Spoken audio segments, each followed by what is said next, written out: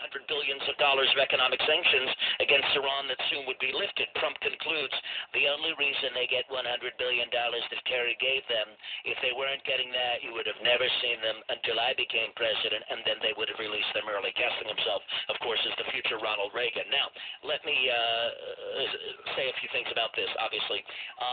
This world we live in, Trump's language here, he wants to be, Reagan, hostages are released the day he's sworn in and all of that. He's trying to stoke up those memories, that nostalgia that Republicans have, and he'd like them to have that same feeling. Any Republican running, any Republican in the country would like voters to have feelings for them similar to what voters had, Republicans and Democrats too, many of them for President Reagan. But here's my point. My point is that with all the craziness in the world, when I say craziness, I mean North Korea. When I say craziness, I mean China. When I say craziness, I mean ISIL. And when I say craziness, I mean Iran, and the list goes on and on and on. You need a measured, balanced leader. You had, for example, at the last debate, we have another debate tonight, Rand Paul went right after Christie and said he's your candidate for World War III when Christie said if Russian planes flew over Syria, despite Syria's invitation for them to do so, he would blow them out of the sky.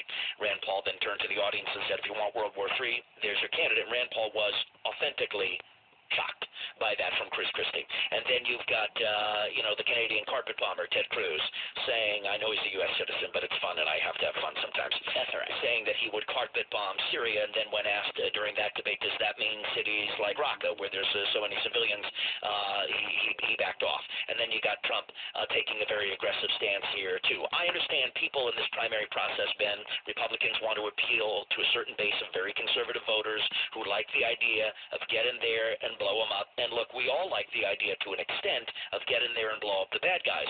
But there is, with that rhetoric, part and parcel of that rhetoric, a component of that rhetoric, if you will, is recklessness.